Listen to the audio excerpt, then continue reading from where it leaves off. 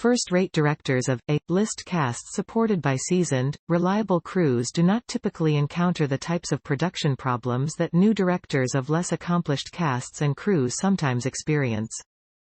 As a result, the latter's films are often of low quality, partly because of the production company's inexperience, partly because of the restraints of their films' low budgets, and partly because of unanticipated problems they encounter while filming.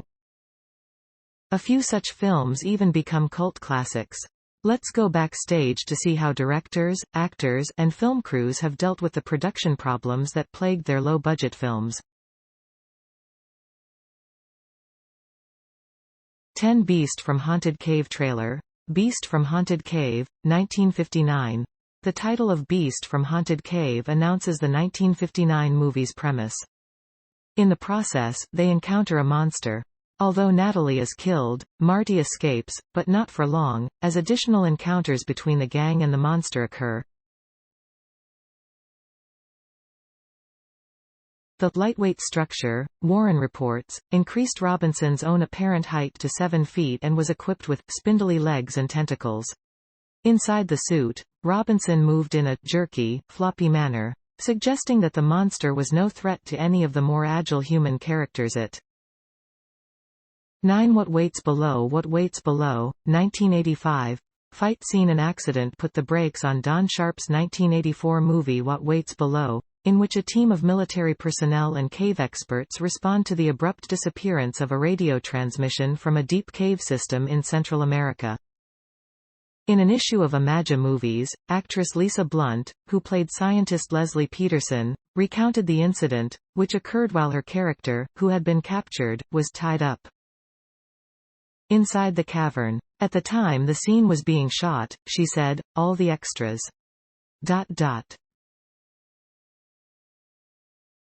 were out in front of her when she saw them just start silently falling over. As it turned out, she explained, the actors were fainting, as this wave of carbon monoxide came at them. They needed to get out of the cavern as quickly as possible, Blunt recalled, but their only means of transport. The youngest among them were dispatched before the others, she said, as the carbon monoxide's presence in the close confines of the cavern was exacerbated by a backed-up generators shooting fumes back into the cave. The accident shut down production for a few days, Blunt said, but she ate The House on Sorority Row. The House on Sorority Row, 1983, official trailer. HD Mark Rossman, the director of The House on Sorority Row, 1982, in which a group of members pranked their house mother, found an opportunity too good to pass up. He was able to rent a Pikesville, Maryland, house that had G. However, when the film crew arrived to start shooting, they encountered an unexpected problem. 2 squatters had taken up residence in the supposedly empty house. Fortunately, this situation wasn't a setback. The filmmakers had a solution that proved satisfactory to all. The squatters became the production crew's video assistants. In an interview with The Terror Trap, Spottiswoode explained how John Alcott, his cinematographer, overcame this technical difficulty. First, Alcott hired electricians to rewire the whole train. The electrical wires were attached to long wooden boards, Spottiswoode explained, to which dimmers could be fixed. To facilitate the change of the wattage of the lights, boxes and boxes of bulbs, ranging from 20 to 100 watts, were purchased, Spottiswoode recalled, which enabled the crew to easily change the lights, and either dim or illuminate the set, very, very fast. The changes in the intensity of the lighting effects were improved by other technique as well, the director said, to prevent reflected light from bouncing off walls. The walls were painted dark, and Alcott would position himself behind the camera and, using a penlight, pick people's eyes out of the darkness, increasing the eerie quality of the dimly lit or, at times, completely dark interior of the train. Attack of the Crab Monsters. All the crab monster scenes from Attack of the Crab Monsters, Roger Corman, 1957. A movie that is largely shot underwater is apt to involve a few production problems, especially when the picture is filmed on a shoestring budget. The movie is based on a simple, somewhat silly premise. Scientists who are searching for an expedition that never returned from an island on which they were conducting research also become cut off from the rest of the world. To make matters worse, the isolated scientists find themselves among intelligent crabs intent on the scientists' gruesome destruction. One of the movie's production problems resulted from mixed signals, as the movie's screenwriter, Charles B. Griffith, who also directed the filming of the undersea scenes, explained in an interview with Aaron W. Graham. During a filming session at Marineland, Griffith would be down at the bottom of the tank. Trying to get actors to do something, while director of photography, Floyd Crosby was hammering on the glass window trying to get them to do something else. Another problem concerning the film might have been the script itself. I put suspense or action in every scene and, when I went to go see it, the audience fell asleep, he reported. On the other hand, for Corman, the nonstop action, horror, and suspense approach resulted in the most successful of all the early low-budget horror movies, because it focused more on spectacle and special effects than on character development and subplots. His insistence on nonstop action and 5. The Beast of Yucca Flats. The Beast of Yucca Flats full free classic horror movie. A poster promoting Coleman Francis's The Beast of Yucca Flats, 1961, suggests the paper-thin plot. Commies made him an atomic mutant. The him to which the poster's tagline refers as Soviet scientist Joseph Jawors. The movie is widely considered to be not so much horrific as just plain horrible. The only actual actor in the film was the star, former wrestler Tor Johnson.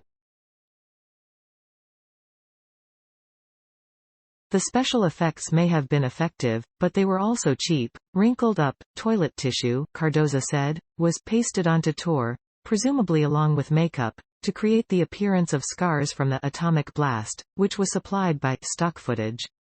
Cardoza said that interior sets. The only reason that the apartment appears in the film is to showcase the nude actress who paces about inside it during the movie's pre-credits sequence before the beast kills her. In fact, Carl Daft, the CEO and co-founder of Severin Films, billed the film as the greatest avian-based romantic thriller since The Birds.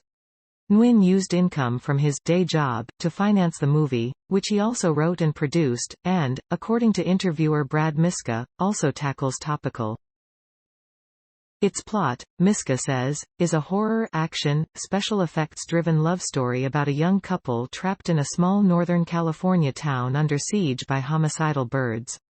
To promote Birdemic, Miska recounts, Nguyen spent 8 days driving up and down the Sundance festival's nearby streets. So mind-numbingly inept and awful in every conceivable way that it's mesmerizing. Apparently, audiences enjoy the film that Miska called one of the best bad movies ever made. A sequel was released in 2013, and a third recently began production. 3 Plan 9 from Outer Space. Plan 9 from Outer Space. Ed Wood, full movie. The resourcefulness of B-horror movie production crews is also demonstrated by Ed Wood's 1957 cult classic Plan 9 from Outer Space. With the words outer space in its title, a movie is likely to include footage of alien spacecraft. Wood's picture was no exception to this expectation. 2 Invaders from Mars. Invaders from Mars 1953, sci-fi, full movie, best quality. Invaders from Mars, director William Cameron Menzies' 1953 creature feature, employed several cheap props, including a car headlight for a space gun, and the set decorator's own glass table from home. One of the Indeed, his flops have caused him to lose so much status as a director who makes bankable films that, to finance The Visit, 2015, he had to borrow $5 million on his 125-acre country estate west of Philadelphia, points out Rolling Stone writer Brian Hyatt. His losing streak has made Shyamalan seriously doubt his own talent. The world of my industry decides I have no worth, he said, describing how he began to question his abilities. I am a cautionary tale. A person who got lucky for a time but revealed himself to be a sham. ...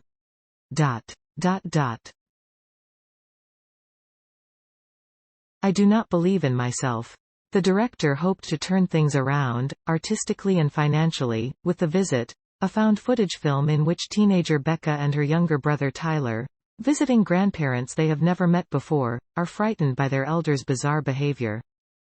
The O. Henry of horror and fantasy films, Shyamalan has been criticized for the plot twists typical of his films' endings, many of which critics contend are contrived. As his movie's box office receipts took a nosedive, the director refrained from including such surprises, until The Visit, for which, Hyatt reveals, Shyamalan brought back his signature "this wasn't the movie you thought it was" twist. Possibly as a result of this reversal, no one would touch the Mo. The film ended up making $98 million. Perhaps Shyamalan's belief in a fundamentally benevolent universe is true, after all. Despite even the missteps he made with Lady in Water, The Happening, The Last Airbender, After Earth, and Glass. About the author. An English instructor at the University of Nevada, Las Vegas, Gary L. Pullman, a regular contributor to Listverse, lives south of Area 51, which, according to his family and friends, explains a lot. His 5-book series, An Adventure of the Old West, is available on Amazon. Thanks to Listverse, where I can find new articles and share with you here. Source link is in description. Go and check it out.